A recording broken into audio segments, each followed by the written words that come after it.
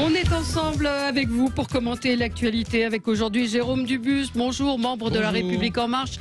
Mathis Brasca, vous êtes étudiant en sciences politiques. Thierry Guerrier, journaliste politique, éditorialiste. Bonjour Thierry, éditorial tous les lundis matins, pardon, c'est déjà pas mal, dans le Grand Matin Sud Radio. Et Sophie de Menton, chef d'entreprise et présidente du mouvement éthique. Bonjour Sophie. Montgeron, Comble-la-Ville, des vidéos qui ont circulé tout le week-end avec une violence inouïe. On a beau le savoir, on est toujours quand même extrêmement choqué par ces images et on peut s'interroger sur la violence, encore une fois, l'ensauvagement de la société. J'emploie le mot parce que quand on voit ce qui s'est passé à Montgeron avec 10 jeunes qui se jettent sur un autre jeune, c'est plus proche de l'animalité que de l'humain.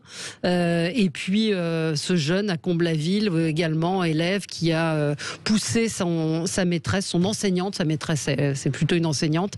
On va parler de la loi sur le cumul des mandats. C'est un sénateur qui dépose une proposition de loi en ce sens, puisqu'il estime que les députés aujourd'hui n'ont plus de lien avec leur commune. Et puis sondage IFOP Sud Radio pour la présidentielle. Et oui, chacun son sondage. On va y revenir dans un instant. C'est un sondage qui met Éric Zemmour à 14% des voix, mais Le Pen et Bertrand à jeu égal. On en reparlera dans un petit instant. Tour de table de ce qui a retenu votre attention aux uns et aux autres. Commençons avec vous, Sophie. Oui, alors ça a retenu mon attention et ça la retient depuis un bout de temps. C'est un vrai sujet et je vais interpeller tous les pseudo-candidats aux élections présidentielles et il faut interpeller le gouvernement. Je vous explique ce qui se passe. Vous avez des travailleurs sans papier en France. Vous les recrutez quand vous êtes une entreprise, ils vous donnent leur carte d'identité, etc. Mais vous avez le droit de faire travailler des sans-papiers. Alors j'y viens. Ouais. Vous les déclarez, ils se déclarent eux-mêmes et vous les faites travailler. Le gouvernement vous dit que pour qu'un sans-papier ait des papiers, il faut qu'il présente 24 feuilles de salaire et 3 ans de travail. Ils vous disent ça. L'employeur va essayer de lui faire avoir des papiers. Mais en même temps, vous n'avez pas le droit. C'est-à-dire qu'on exige qu'il soit déclaré et vous n'avez pas le droit. Et là, j'ai un patron de crêperie, j'ai eu des contacts avec la CGT, j'ai un patron de crêperie, entre autres, qui m'interpelle, qui dit « Je suis gérant d'un restaurant sur Maison-Alfort. J'ai une salariée depuis le 17 juillet 2020 au sein de mon restaurant. Cette personne a un titre de séjour expiré, parce qu'on ne vous le renouvelle pas. Je souhaite lui obtenir des papiers avec le CERFA, peu importe. Pouvez-vous m'aider dans cette procédure ? C'est impossible. » Et pire, quand vous voulez avoir des papiers, et ça, il faut le dire, on est dans une république bananière. Avant, on faisait la queue dehors. Maintenant, on fait la queue sur Internet. Vous avez des intermédiaires, entre guillemets, qui vous disent c'est entre 300 et 1000 euros le rendez-vous obtenu pour les papiers. C'est-à-dire qu'on paie comme dans des pays que je ne citerai même pas. Donc on est dans une république bananière pour avoir ces papiers. C'est 9 mois la procédure. Nous sommes dans l'illégalité totale et je demande un éclaircissement. Est-ce que oui ou non, on doit aller devant les tribunaux comme c'est le cas de plein de patrons en ce moment parce qu'on emploie des travailleurs qui sont déclarés et qui ont des papiers qui sont pas des papiers en fait, mais qui conviennent, sachant que dans la région parisienne, 50% des salariés pratiquement actuellement de la restauration, de l'aide à domicile, des travaux du bâtiment, etc., ne sont pas en règle. Donc il y a un moment où il faut arrêter de parler de sujets vagues. Mais vous voudriez quoi ? Alors moi je voudrais une green card. En fait, vous savez, aux États-Unis, vous avez une espèce de carte. C'est-à-dire que vous avez un type qui arrive, vous lui promettez un CDI, il vous convient, il va remplir un boulot pendant CDI, parfois indéterminé, ou un CDD d'1 an, eh bien il a droit à un permis de séjour le temps de son travail. C'est le travail qui doit régler en fait la situation. Donc là on est dans l'illégalité la plus totale, si je comprends bien. Incité par le gouvernement. Vous êtes un travailleur sans papier, il vous dit oui, passez-moi 24 bulletins de salaire. C'est pas du tout ça. D'abord, j'ai pas très bien compris ce qui se passait dans votre crêperie là, parce que si son titre n'a pas été renouvelé, c'est qu'il y a des raisons. Non, il n'y a pas de raison. Mais si. Attendez, vous rigolez. C'est pas comme ça que ça se passe. Quand vous ne renouvelez pas, quand vous ne renouvelez pas un titre de séjour, vous devez le justifier. Le préfet doit le justifier. Oui. Mais non, c'est pas administratif. Ils ont même des soit il manquait des pièces, soit ce monsieur. Je peux vous montrer les amendes que doit payer le préfet parce que c'est pas fait. Là, il y a quelque chose qu'il faudra avoir. Il faudra avoir l'explication. Non, mais de toute façon, il y a quand même une situation qui est aberrante. C'est-à-dire, on peut faire travailler des sans-papiers. Non, mais la loi en toute légalité, en quelque sorte. Non, la loi est très claire là-dessus. Quelqu'un qui est dans une situation illégale ne peut pas avoir de contrat. Ne peut pas avoir de contrat, alors que cette personne soit au fort fond d'une... Est-ce que pour avoir des papiers, je dois présenter 24 bulletins de salaire? Attendez, je termine. Parce qu'il faut 3 ans de voilà. Oui, ça c'est normal. Et ces 3 ans, il se passe quoi? Il se passe quoi? Comment il fait pour travailler? Comment on fait pour présenter? C'est tout le problème. Il vole? C'est tout le problème de la personne qui est en situation irrégulière, qui n'est pas expulsée. C'est tout. Mais moi, ça m'est égal, le problème. Je veux dire, c'est le problème de travail. Après, l'entreprise, c'est à quoi elle sait à quoi s'en tenir si elle emploie quelqu'un qui est en situation irrégulière. Oui, mais elle peut lui faire des fiches de paye, c'est ça qui est ça, d'accord. Thierry, vous êtes là, il y a un problème. C'est ça, mais normalement, on ne doit pas employer quelqu'un qui est en situation irrégulière. Un auditeur nous dit que la Poste fait travailler des gens sans papier. Oui, c'est possible. Vous trouvez ça normal? Mais non, je ne trouve pas ça normal. Je dis que le chef d'entreprise a une responsabilité de ne pas employer quelqu'un qui est en situation irrégulière. Je ne suis pas d'accord avec vous, parce qu'ils ont des papiers. J'adore parfois, quand ce sont des faux papiers. est plus gauchiste que les gauchistes. Oui, je suis d'accord avec la CGT complètement là-dessus. Je pense que d'abord, on nous présente des papiers qui sont parfois faux. Le type dit « je suis en attente de papiers ». On a besoin... Vous savez qu'il y a des entreprises qui fermeraient. Vous ne vous rendez pas compte de la masse de travailleurs illégaux. S'il est en attente de papiers, il est en situation irrégulière. Alors, je suis désolé. Vous préférez que ces gens soient sur le territoire sans travail. L'intégration possible, c'est le travail. Non, je préfère que s'il n'y a pas eu de papier, d'obtention de papier, ils repartent chez eux. Je suis d'accord, mais quand ils sont là... Thierry, mais la réalité, elle n'est pas là. La réalité, elle est qu'il y a des gens qui sont là, qui cherchent du boulot et qui en trouvent. Donc ça veut bien dire que... Pourquoi ils en trouvent? Notamment pour une raison. Parce que personne ne veut faire ces boulots-là. Oui, et en partie, vous savez, ça nous ramène à une réalité contre laquelle il faut le reconnaître. Pardon, je vais être du côté En Marche, là. Mais Jean-Michel Blanquer...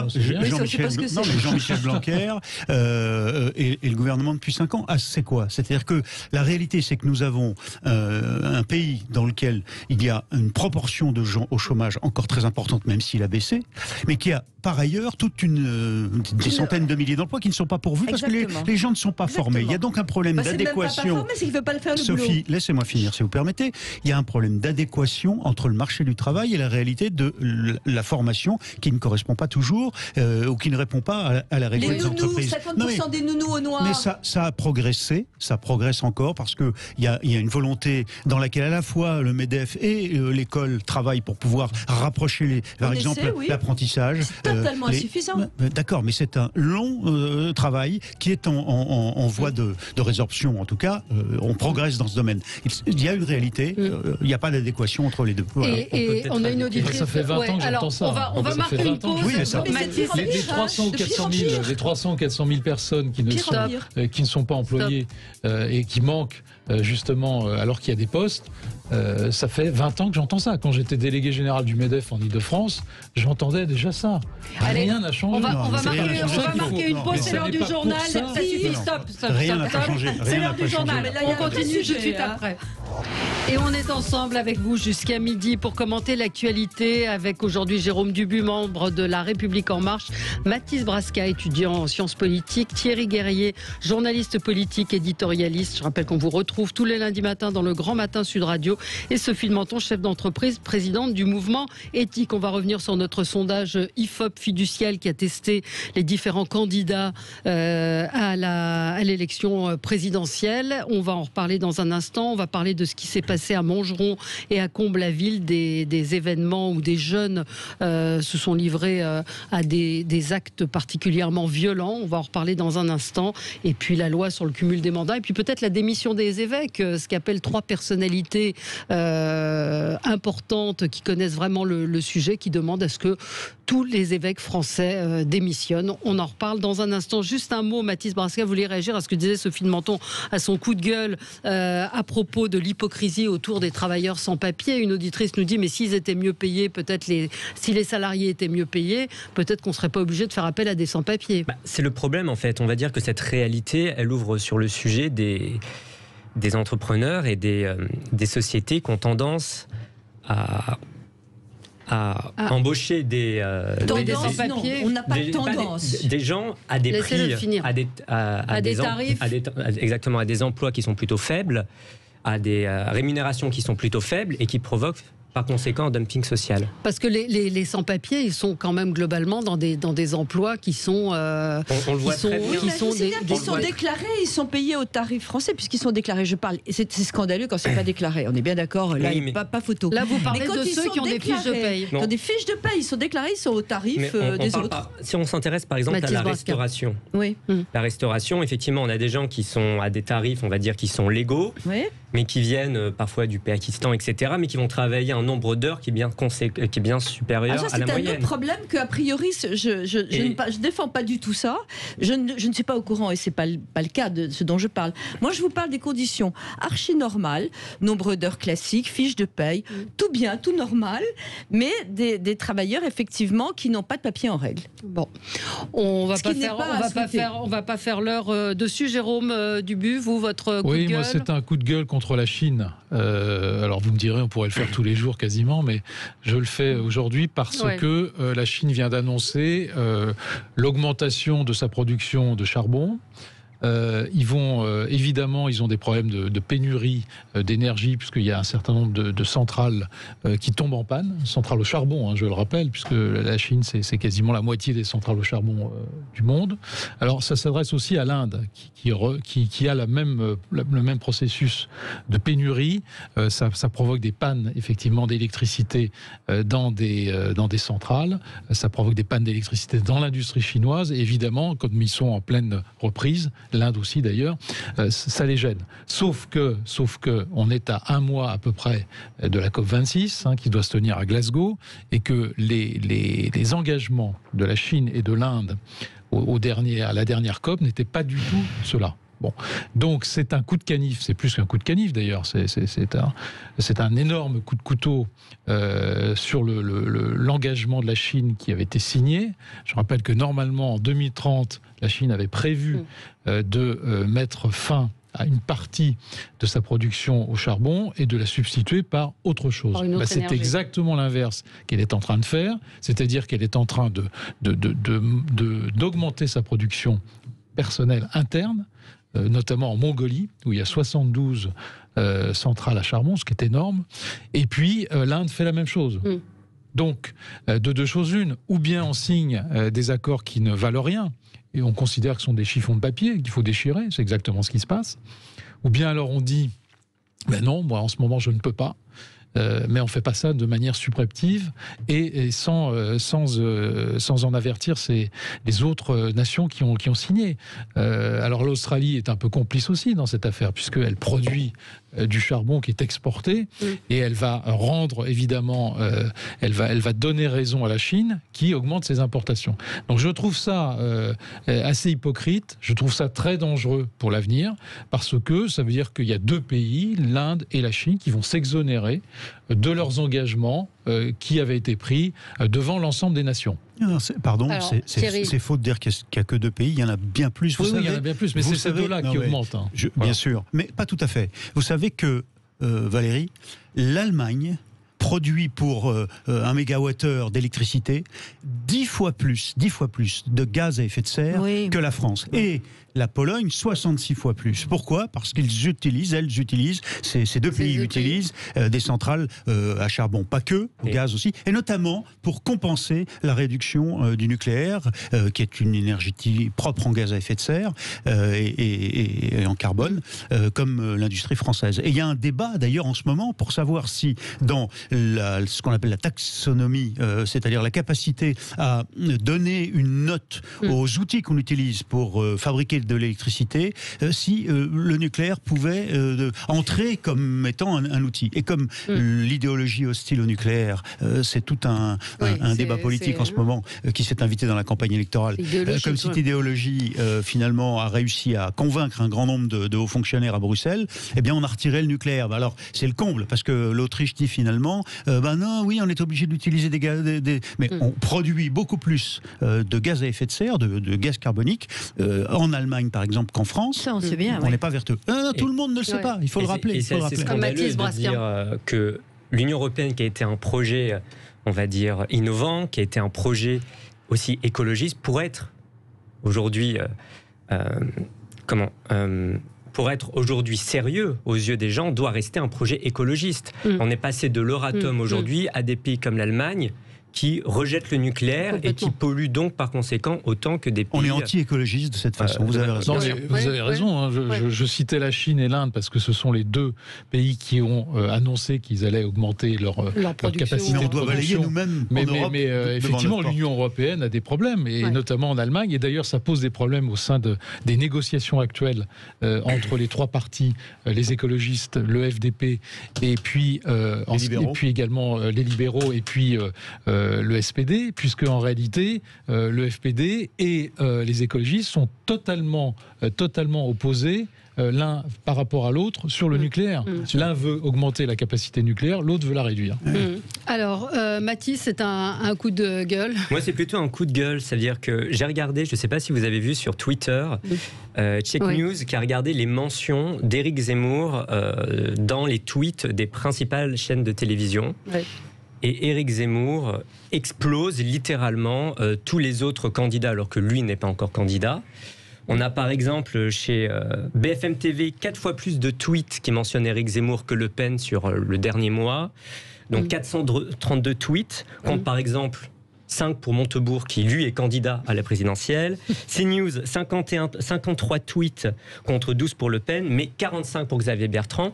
Donc aujourd'hui, on a un CSA qui, aujourd'hui, contrôle, censure peut-être même la télévision, mais qui n'a aucun impact sur les réseaux sociaux. Et il y a une vraie question à se poser. Est-ce que du coup ça veut dire qu'il faut abroger le CSA, ou au contraire est-ce que sur les réseaux sociaux il faut l'étendre? Oui, cela dit, ce sont les chaînes de télévision. Des gens qui sont sur les réseaux sociaux que je n'apprécie pas particulièrement, mais c'est quand même une forme de démocratie, donc en tout cas on n'y touche pas. Oui, mais il y a une forme d'hypocrisie aussi. Il y a une forme d'hypocrisie, exactement. Surtout que finalement ça monte en mousse un petit peu des candidats. Moi je pense aussi dans les mentions à Anne Hidalgo, à Xavier Bertrand, qui ont du mal aujourd'hui à parler finalement en vrai aux Français, et ça met dans l'ombre médiatique de nombreux candidats. Qu'ils y restent, parce que franchement avec le niveau qu'ils ont en ce moment en politique, dans l'ombre médiatique, non mais il y a aussi quelque chose qui est étonnant. Est-ce que vous voulez, moi je suis quand même fascinée, j'ai entendu que France Inter disait mais nous n'inviterons pas, c'est France Info Télévision, nous n'inviterons pas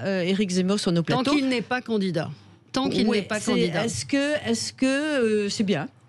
Non, mais alors le directeur de la rédaction est revenu préciser un peu les choses, mais c'est vrai que vous auriez la même chose d'un candidat socialiste, ou d'un présumé candidat socialiste, il n'y aurait pas eu la même réaction. Je vais vous dire, je suis très gêné par ce que dit Mathis, parce qu'au fond, quelle est la signification de cet élément de mesure qu'il nous montre? Elle n'est pas politique. La réalité, c'est que Éric Zemmour ne serait pas invité. Il est tout à l'heure à nouveau sur Sud Radio. Très bien. Où est le problème? Si je ne partage aucune des suggestions d'Éric Zemmour, aucune. Et je dirais même que je suis effaré par certains aspects, et notamment ses condamnations. Très bien. Pour autant, Éric Zemmour n'est pas dans le paysage par hasard. Il l'est parce que une partie, l'essentiel des appareils politiques, tenait une langue de bois, une espèce de volapuc technocratique depuis 30 ans, et ne répondait pas aux problèmes que les Français voulaient voir abordés, y compris les Français de gauche. Et à sa façon, comme peut-être Jean-Luc Mélenchon Mélenchon d'ailleurs, qui lui est un peu plus attendu, ou Yves Jadot par exemple, quoi qu'on l'aime ou qu'on l'aime pas, Yannick Jadot, essaye d'aborder de façon frontale des réalités sociales. C'est ce qui fait qu'Éric Zemmour est présent. Donc, il y a même des gens qui sont comme vous très contre et qui sont contents qu'il existe. Mais moi, je ne sais pas si je dois être content, parce que je prends acte du fait que quelqu'un a réussi à s'imposer dans le débat parce qu'il a évoqué des sujets que d'autres, par un politiquement correct. Ça, on pourrait en discuter, parce que l'immigration, ça fait des années qu'on en parle. Alors, on la résout pas. Mais moi, j'attends. J'attends les suggestions justement de M. Zemmour, qui ne viennent pas pour le moment. On va en parler dans un instant. Restez avec nous sur Sud Radio. À tout de suite. Sud Radio. Et les débats aujourd'hui avec Jérôme Dubu, Mathis Brasca, Thierry Guerrier et Sophie de Menton. On reparlera d'Éric Zemmour avec notre sondage, puisqu'évidemment il a été testé. Alors c'est un sondage IFOP Sud Radio, Paris Match, mais par exemple, Monsieur Barnier n'a pas été testé, alors qu'on a testé Éric Zemmour qui n'est pas candidat. Cela dit, vous allez me dire que Barnier, pas tout à fait non plus. Il y a Valérie Pécresse. Barnier, il est candidat à la candidature. Donc, à un moment, il n'est pas candidat à l'élection présidentielle. Il faut qu'il passe par l'État. Exactement.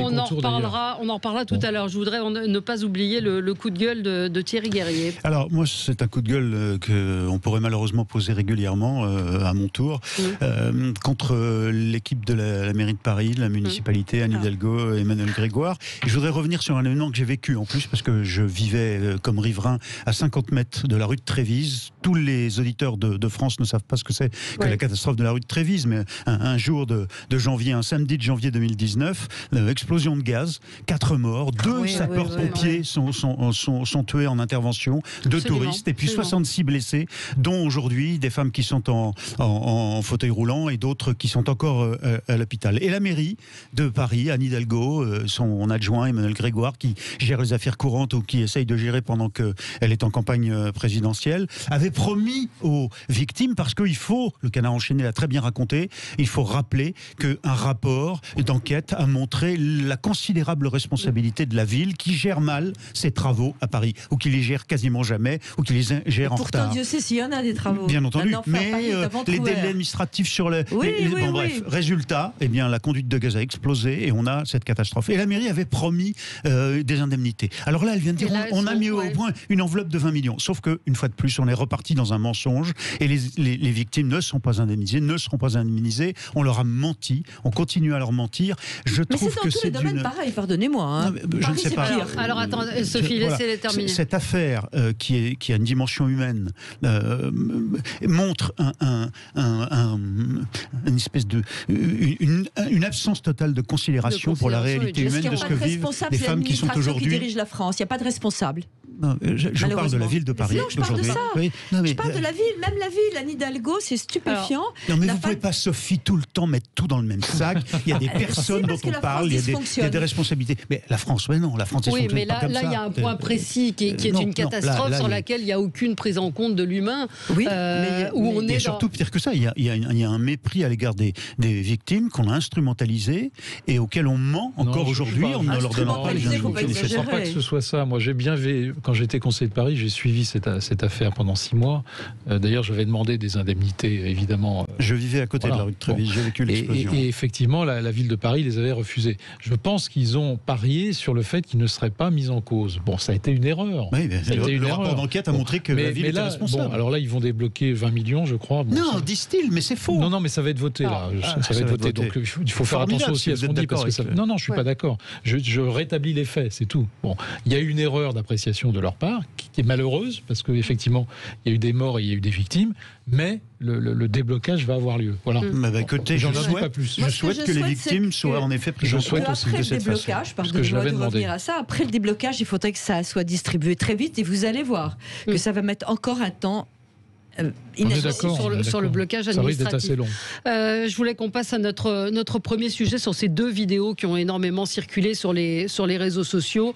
On semble à chaque fois s'étonner de la violence, mais qui est là et qui semble être de plus en plus violente. La violence de plus en plus violente, c'est peut-être pas très français, mais en même temps, on voit ce qui s'est passé à Montgeron. Donc un jeune homme possiblement homosexuel. En tout cas, c'est l'une des raisons qui auraient été évoquées.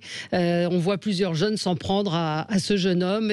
Alors, le côté positif, c'est qu'il y a des gens qui sont intervenus, dont une femme qui s'est littéralement couchée sur le jeune homme pour empêcher les autres individus de lui sauter dessus. Aussi, c'est ça. Et une autre femme. Il y a 2 femmes et 2 hommes qui sont intervenus. Et puis à Comble-la-Ville, au lycée Jacques Prévert, une enseignante qui a été victime d'une violente agression avec un élève qui, devant la classe hilar, a dit « Wallah » sur le Coran, madame, et qui a poussé la porte et l'enseignante est tombée. Il passe en conseil de discipline. Qu'est-ce qui va se passer? Donc, en fait, la question, c'est sur la réponse qui va être apportée à ces faits divers. Je vais mettre des guillemets. Mathis, j'ai vu que vous aviez tweeté ce week-end sur ce fait. Je me suis beaucoup intéressé à ça parce qu'en fait, il y a un vrai problème aujourd'hui d'autorité, je pense, et de respect vis-à-vis, par exemple, des enseignants. Il faut rappeler que les enseignants, ce sont les gardiens d'un sanctuaire républicain qui est l'éducation nationale. Et que c'est dans ces lieux-là qu'on s'élève, notamment vis-à-vis des pressions qui peuvent amener aux discriminations, des pressions de la famille, et aussi des pressions qui sont liées à la religion. Est-ce que ça ne fait pas partie J'aurais pas mieux dit que vient de le dire Mathis. J'adhère totalement à ce qu'il vient de dire. Et aujourd'hui, il y a des gens qui n'ont plus aucun respect vis-à-vis de ça, parce que ça incarne quelque chose qui ne représente rien pour eux. Oui. Et est-ce que cette révolte Alors, laissez-le terminer. Du succès de Zemmour. Laissez-le terminer. C'est sûr que Éric Zemmour, pour lui, au niveau de sa campagne, c'est quelque chose qui est très positif, parce que ça montre quoi? Ça montre qu'il y a des gens qui sont dans le rejet voilà, de l'éducation nationale. C'est vrai qu'on a encore Samuel Paty en tête, ou qui sont dans une forme d'homophobie, etc. Alors que qu'Éric Zemmour n'est pas un grand défenseur des LGBT par ailleurs. Non, ça n'a rien à voir. Mais ça a à voir. Défenseur des LGTB, je veux dire, on n'est pas forcément défenseur des LGTB. Non, mais c'est défenseur des femmes et féministes. Voilà, c'est un petit peu la même chose. Aujourd'hui, il y a ça. Est-ce que un petit conseil de discipline, ça va marcher? Moi, je pense pas. Non. Laurence, elle nous dit ces malfrats feront certainement un stage de citoyenneté. Oui, ça fait penser à cet autre jeune homme qui avait pillé un camion de pompiers, qui a menacé les policiers d'être flingués et qui s'en tire avec un stage de citoyenneté. Il était mineur, Non, pas du tout mineur. Là, en revanche, ceux qui sont attaqués, j'ai entendu la maire de Montgeron tout à l'heure, la plupart des jeunes qui ont attaqué ce jeune à Montgeron étaient mineurs, et le jeune homme qui a bousculé son enseignante est mineur aussi. Qu'est-ce qu'on peut faire? Non, mais si vous voulez, justement, alors il y a le fait de décrire les choses, comme le fait Zemmour. Il le décrit avec ces mots qui ne sont pas toujours très adroits, c'est le moins qu'on puisse dire, hein, on l'a vu la semaine dernière, mais il fait une description qui est la sienne. Bon, très bien. Mais ensuite, il faut des propositions. Qui est la sienne et qui est celle dans laquelle se retrouvent pas mal de gens aujourd'hui. 15% pour le moment. Non, mais qui est souvent celle des faits que l'on ne veut pas voir ou décrire comme ils se sont déroulés. D'accord, mais là, on a décrit et on est tous d'accord pour dire que c'est parfaitement inadmissible, qu'il y ait une contestation des autorités, au pluriel, des autorités. Parce qu'il n'y a pas que les policiers, il n'y a pas que les gendarmes, il y a les professeurs, vous l'avez dit, il y a les pompiers, il y a tout ce qui représente une certaine forme d'autorité dans ce pays est contesté. Mais ça part de la base. Alors après, ça peut devenir plus ou moins violent, évidemment, mais ça commence par des mots, des insultes, etc. Et puis après, bon. Mais ça fait combien de temps qu'on a cette situation-là? Ça fait des années. Enfin, souvenez-vous des grandes émeutes de 2005, où les banlieues s'étaient embrasées. C'était aussi une contestation du gouvernement directement. Bon. Et donc, moi, je crois que, et c'est une pierre dans mon jardin, parce que je crois que le gouvernement était trop laxiste depuis 4 ans et demi sur ce sujet. La réponse pénale n'est pas la bonne. La réponse pénale est en dessous de ce qu'il faudrait avoir. Se posent 2 problèmes. Un, le problème de la majorité pénale. On parle de la majorité sexuelle à 15-16 ans. La majorité pénale à 18 ans, pour moi, c'est fini. C'est terminé. Il faut la baisser à 15 ans, c'est clair. Et puis deuxièmement, quelle est la réponse, j'allais dire, coercitive à ce genre de choses? La prison, on sait bien que c'est un problème. Donc les centres éducatifs fermés, mais un petit peu plus encadrés. Maison de correction, et un petit peu moins, comme disait Valérie tout à l'heure, laxiste, s'impose. Donc il faut en créer. Voilà, moi je crois qu'il y a déjà 2 réponses qui pourraient être immédiates sur ce sujet-là. On a un auditeur qui nous rappelle, évidemment, on l'a évoqué, mais on peut en reparler, ce qui s'est passé à Yverdon. d'Ivry, où deux élus ont été agressés au couteau à la sortie. Dans les contestations d'autorité, il y a de plus en plus d'élus qui sont agressés, verbalement ou physiquement. L'élu qui est maire adjoint chargé de la jeunesse, donc a priori, la réponse doit être une réponse aussi politique. Ça veut dire qu'aujourd'hui, on ne peut pas avoir des mouvements qui, selon moi, ne sont pas vraiment républicains, comme celui d'Éric Zemmour, voire le Rassemblement national, s'emparer de ces sujets-là, alors qu'on voit bien que ce sont finalement les classes moyennes qui sont les plus victimes de ces questions d'insécurité, et que, sans entrer dans ces extrêmes, c'est le quotidien de nombreux enseignants en France de vivre ça. Sûr. Mais comment on en sort? Non, vous ne dites rien parce que c'est l'heure de la pub.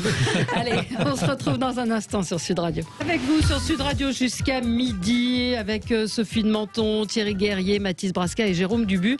On parlait donc de cette violence, de ces images qui se répètent. On a parlé effectivement d'Ivry, où des élus ont été attaqués. À Montgeron, c'est un jeune homme qui a été littéralement lynché par une dizaine de jeunes. Et puis au lycée Jacques Prévert, une enseignante victime d'une agression par un élève. On a Bernard en ligne au 0826 300 300 qui voulait réagir. Vous êtes à l'antenne sur Sud Radio. Oui, bonjour. Bernard des Pyrénées-Orientales. Oui. Bonjour Valérie Expert, qui vous invitez.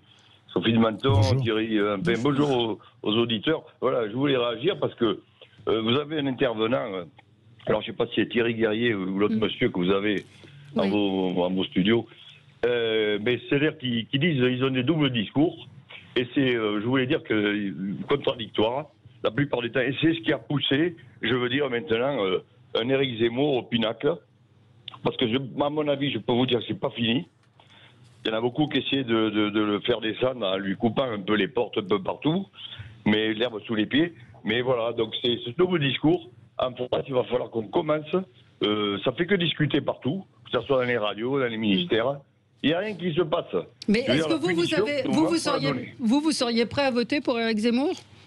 Absolument. Oui, mais qu'est-ce que vous avez entendu comme proposition c'est ce qu'évoquait Jérôme Duhus tout à l'heure. C'est-à-dire que pour l'instant, il fait le constat. Mais qu'est-ce qu'on fait contre la violence? C'est-à-dire quelle proposition? Qu'est-ce qu'on fait? On a des réponses. Vous l'avez dit vous-même, Valérie Expert. Vous l'avez dit, je veux dire la sanction que, je veux dire un stage qu'on appelle ça, de remise en forme spirituelle et morale, oui voilà, de civisme. Vous vous rendez compte, il s'en sort comme ça, le garçon, il n'aura rien compris déjà. C'est même pas éducatif. Il n'aura rien compris. Ouais. Il n'aura rien compris, voilà. Donc maintenant, je veux dire une chose. Moi j'ai fait mon service dans les chasseurs alpins, c'est un des plus durs, je me suis éclaté.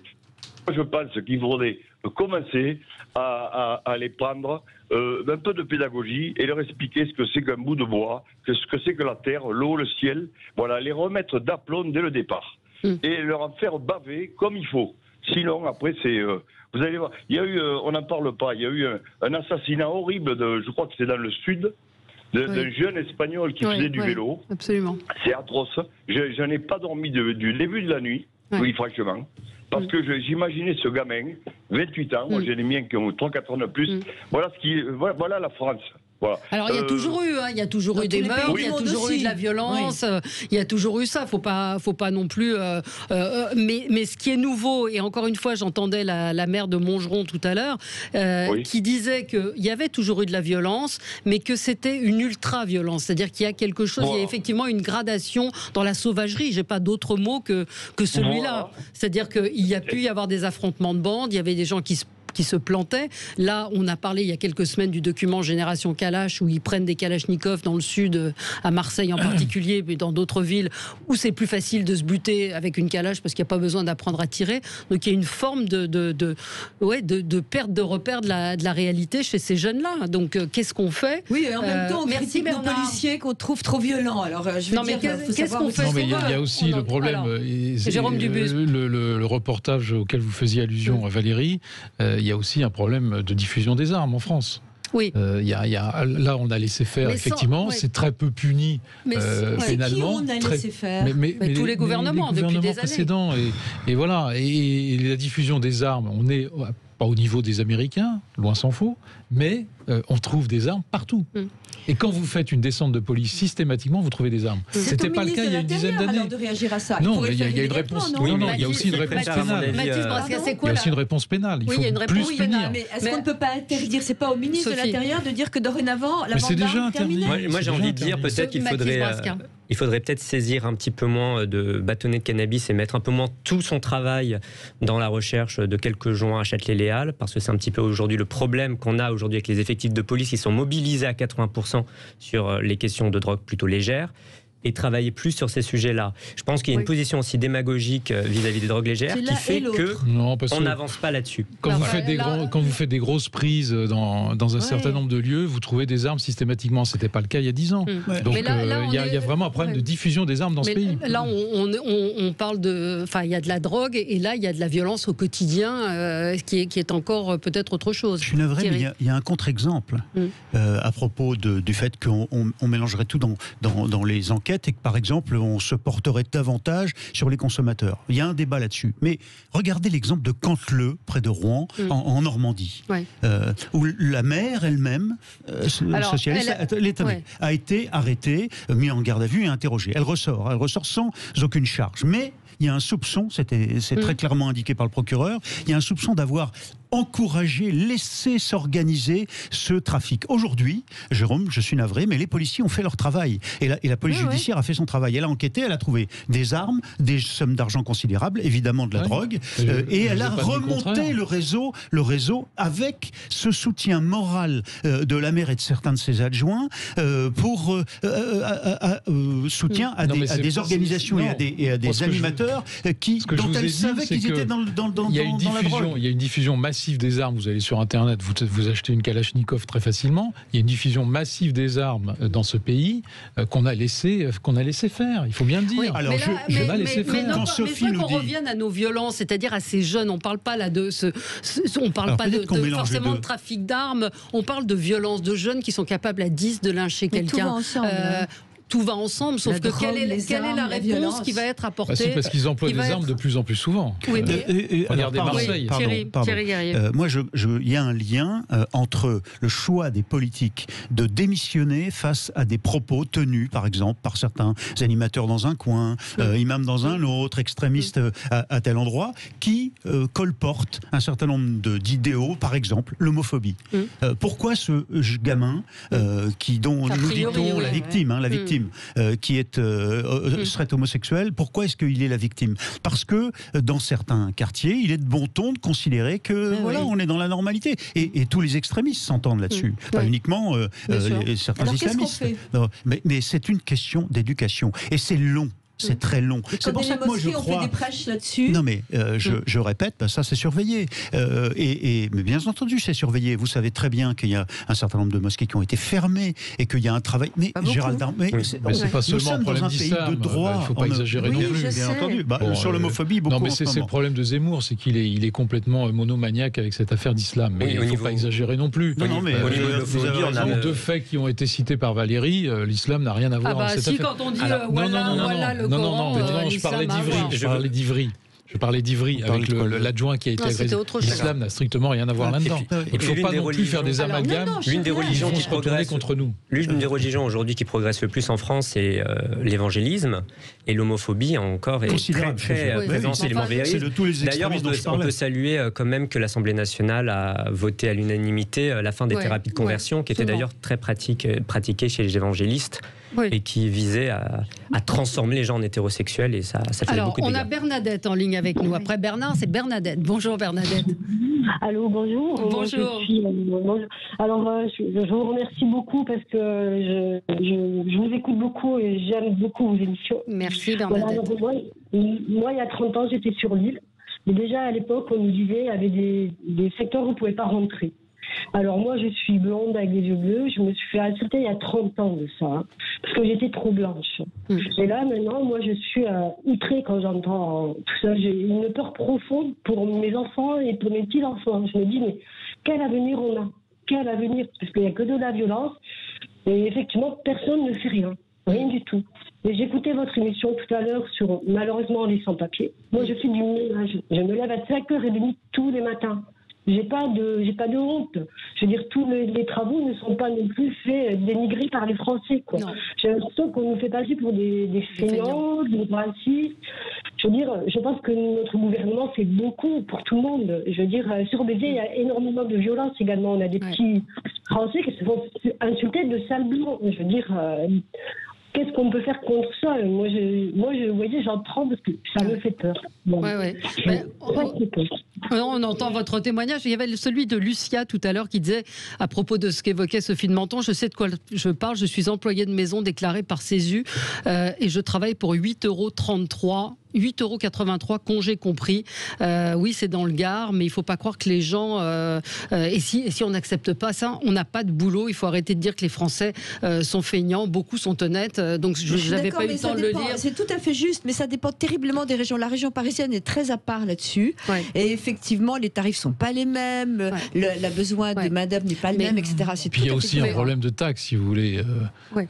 Quand vous êtes obligé de... Je ne veux pas qu'on reparte sur ce sujet, mais on entend ce que dit Bernadette, et ça nous ramène à notre sujet sur Éric Zemmour, encore une fois, c'est-à-dire que le succès de Zemmour, il vient aussi de là. Non, sur les affaires. Alors, sur les problèmes économiques, moi, non, je ne parle pas de l'économie, je parle de la violence. J'ai dit qu'on mettait l'économie. Mais lui, il considère que la violence des jeunes, et notamment la violence des jeunes des banlieues, est due à l'islam. Bon, eh bien, je suis désolé, moi, je suis en contradiction avec cette analyse, c'est tout. Et là, je peux vous rejoindre en disant que la violence a aussi des sources économiques, c'est-à-dire que ça fait 40 ans qu'on organise, entre guillemets, ça veut dire les gouvernements respectifs des ghettos, que ce sont des endroits où il y a quand même un accès à la culture qui a été pendant longtemps très difficile, que les gens y vivent dans une pauvreté, où l'ascenseur social ne fonctionne pas, et avoir des mesures, on va dire, radicales à la Zemmour qui disent en gros... Non, mais Zemmour...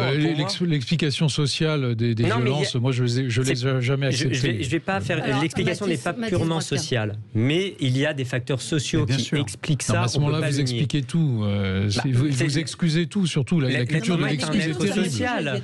L'être humain est un être social, donc il va construire sa personnalité aussi en fonction de raisons sociales. Et après, au niveau d'Éric Zemmour, qu'est-ce qu'on voit? On voit que finalement, c'est pas vraiment un médicament, c'est plus la fièvre de la France, mais il propose toujours rien. Mais en tout cas, dire que systématiquement, c'est parce que l'islam progresse que la violence progresse. Regardez un peu dans les pays islamiques comment ça se passe. Il y a encore la peine de mort, et je peux vous dire que la répression de tous les délinquants est extrêmement forte. Extrêmement forte, contrairement à ce que dit M. Zemmour d'ailleurs.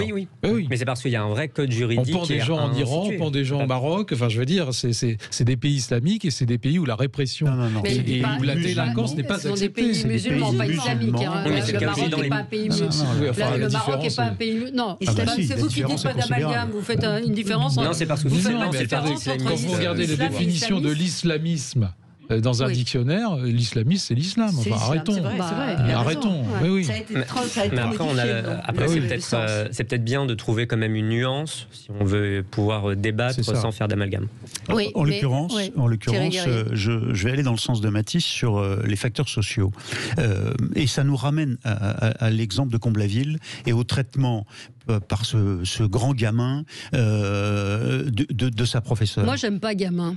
Parce que gamin, ça a un côté sympa. Le mec, il est pas sympa. Quand il dit voilà et qu'il bouscule sa prof, vous dites pas gamin. Valérie, c'est un délinquant. Comme ça. Quand je dis gamin, c'est-à-dire qu'il a une dimension totalement irresponsable. Souvent aujourd'hui, des jeunes qui arrivent à l'adolescence aujourd'hui, sont le fruit d'une éducation d'absence de proximité, qui est parfois liée au fait que les parents, la mère et le père sont évidemment tout le temps absents, et ils ont été mis très jeunes, tout petits, devant des écrans. Cette question de la présence de l'enfant devant l'écran qui crée une distanciation et qui n'éduque pas l'enfant à la présence humaine et à des parents qui jouent avec lui, qui essayent... C'est un élément social considérable. Là, on en est à trouver des excuses, sauf que là, aujourd'hui, on est confronté à des violences. Je vous répète donc la réponse aujourd'hui, ce que j'aimerais qu'on évoque, c'est la réponse. C'est la réponse pénale, j'en ai parlé tout à l'heure. La réponse pénale, il faut qu'elle progresse, parce qu'elle est totalement insuffisante. Ce que propose Xavier Bertrand, c'est-à-dire qui est une idée qui vient des pays nordiques, c'est de mettre en prison un mois immédiatement. Il faut des sanctions spéciales. Il faut qu'il y ait une sanction. Non, il ne faut pas les mettre avec les autres, sinon c'est le pire de C'est un éventail, ce qu'il faut faire. Jérôme a raison, il faut évoluer sur la majorité pénale sans doute. La solution proposée par Xavier Bertrand, c'est à débattre. Mais il y a un travail de fond aussi, de réappropriation de l'éducation vers le respect de de l'autorité des professeurs, comme le soulignait Mathis. Et Jean-Michel Blanquer, pardonnez-moi, en rétablissant le principe de base à l'école primaire, déjà, de l'apprendre à écrire, lire, compter, savoir, et le comportement en société, lance un travail aujourd'hui, objectivement, tous les cas qu'on a cités, c'était des mineurs. Bon. Ouais. Quand vous avez entre, je sais pas, ça commence à 11-12 ans et 18 ans, vous n'avez pas le même statut pénal que lorsque vous avez plus de 18 ans. Donc, je trouve ça parfaitement inadmissible. La société a évolué, elle est de plus en plus violente, tout le monde est d'accord pour le dire, mais on n'a pas la réponse. La réponse, c'est d'abaisser la majorité pénale à 15 ans. Qu'est-ce qu'on fait à 16 ans? On les met dans une prison normale? Il y a des centres éducatifs fermés qui peuvent parfaitement répondre à ça. Il faut concevoir immédiatement. Il faut pas mettre 20 ans pour les construire. Il faut en 2 ans construire des prisons pour des moins de 25 ans. Mais à condition qu'on puisse les punir. Aujourd'hui, on ne peut pas les punir. Allez, c'est l'heure de la pub. Peut-être qu'Éric Zemmour va se déclarer chez notre ami André Berkoff tout à l'heure, puisque c'est son invité à midi. Faut déclarer ou pas? Oui, non, il y a un pas à franchir quand même. Mais de toute façon, c'est des sujets qui sont importants. Vous vous souvenez qu'ici, on avait évoqué différents aspects de sa candidature. Et moi, je disais, il est candidat. Voilà, il faut arrêter de se cacher derrière son petit doigt. Allez, on revient dans un tout petit instant avec vous sur Sud Radio. À tout de suite. Et les gens n'ont plus de repas. On vient de dire Sophie de Menton. Voilà, ce sera définitif. Bon, quelques mots sur notre sondage. Eh ben oui, on est corporate à Sud Radio. Foutu. On est corporate à Sud Radio. Dernier sondage IFOP fiducial pour Sud Radio classe Emmanuel Macron en tête des intentions de vote entre 25 et 26%, suivi par Marine Le Pen entre 16 et 18%. Et la candidate RN est talonnée par Xavier Bertrand qui lui rassemblerait environ 16% des intentions de vote. À 2% près, je ne sais pas comment ils font. Valérie Pécresse 11%, Éric Zemmour 14%. C'est notre sondage. Quant à Jean-Luc Mélenchon et Yannick Jadot, ils sont tous les deux à entre 7 et 8%. Et Anne Hidalgo, elle, 6%. Elle ne décolle toujours pas. Il y a plusieurs hypothèses qui ont été évoquées. Oui, c'est entre 4 et 6. Mais donc l'IFOP a testé plusieurs possibilités, plusieurs candidats. Visiblement, Marine Le Pen a toujours son socle qui est bel et bien là. Ce que montre ce sondage, déjà, c'est que la France est à droite. Si vous cumulez une partie de Macron même, mais Marine Le Pen, un candidat LR, et puis Éric Zemmour, vous avez déjà presque 51% au premier tour. Bon, alors c'est évidemment des électorats différents, mais bon, ça c'est la première réalité. Ensuite, ce que montre ce sondage IFOP fiducial pour Sud Radio, de façon très claire, c'est que s'il y a une réalité, un enracinement même du phénomène Zemmour, avec une réelle volonté, on l'a entendu tout à l'heure avec un de nos auditeurs, du phénomène Zemmour, pour autant, il n'est pas comme un autre sondeur qui a essayé de se faire mousser, l'a laissé entendre dans la semaine. Il n'est pas pour l'instant. Il a 2 points, c'est dans la marge d'erreur. Oui, c'est dans la marge d'erreur. Non, parce que c'est 2 points systématiquement dans la marge d'erreur. Donc le différentiel a du sens. Disons que la marge n'a jamais été aussi faible entre les deux. Je ne dis pas que la progression n'aura pas lieu. Je suis en train de vous dire qu'il y a une réalité d'un électorat conservateur qui, pour l'instant, n'a pas de leadership. Il a 3 expressions de son leadership. Il y a Zemmour d'une part qui a dit des choses et qui a surgi sur la scène, mais Marine Le Pen, et puis la tentative Xavier Bertrand, Valérie Pécresse, peut-être Michel Barnier, d'installer un candidat LR. Ah non, mais moi, ce qui veut dire que tout est possible. J'irais beaucoup plus loin que ça. Dans tous les sondages, quels qu'ils soient, après il y a des pourcentages qui varient. On est quand même à 6 mois de l'élection, donc il faut faire attention. Parce qu'en 2016, en octobre 2016, Alain Juppé était élu. Et je ne ferai pas l'histoire des élections présidentielles. Et Balladur était élu, et Barre était élu, et tout le monde a dégagé au premier tour. Bon, bref, peu importe. Mais en tout cas, ce qui est sûr, c'est que c'est un candidat de droite qui va gagner. Alors, quelle droite? Oui, mais Macron, vous le sujet. Mais Macron, vous le mettez Macron, c'est le centre-droit, c'est la droite orléaniste. Moi, je reprends la division de René Raymond, qui est très, très actuelle. Il y a 3 droites en France. Il y a une droite bonapartiste, qui est celle de Zemmour-Bertrand, entre guillemets, qui était l'ancien RPR. Que vous définissez comment? Il y a la droite, je termine, il y a la droite légitimiste, qui est plutôt celle de Marine Le Pen, donc qui est la droite plus à droite. Et puis, il y a la droite orléaniste, qu'on dit, la droite orléaniste, qui est le centre-droit, qui est la droite de Macron. C'est très clair. On l'a vu hier au Havre avec Édouard Philippe. Moi, je ne sais pas si tout le monde comprend bien les définitions de chaque. Et donc, la droite, non, je ne crois pas que ce soit dépassé. Je crois que la droite va gagner. La gauche est totalement hors jeu. Reste à savoir quelle droite. Voilà. Moi, je suis très surpris dans ce sondage par le score de Xavier Bertrand, parce que je ne comprends pas où est l'espace politique aujourd'hui pour Xavier Bertrand. À part faire gagner la droite avec un grand D à l'élection présidentielle, en se considérant comme l'homme de droite vis-à-vis d'Éric Zemmour ou d'Emmanuel Macron. Finalement, il est quand même très très proche d'Emmanuel Macron. Je ne suis pas d'accord avec vous, Mathis. Je pense au contraire qu'il montre une photo assez fidèle à ce que je ressens dans l'opinion d'un camp conservateur décrit par Jérôme Dubu. Je mettrai d'autres adjectifs, mais peu importe. Au fond, c'est la description qu'il fait.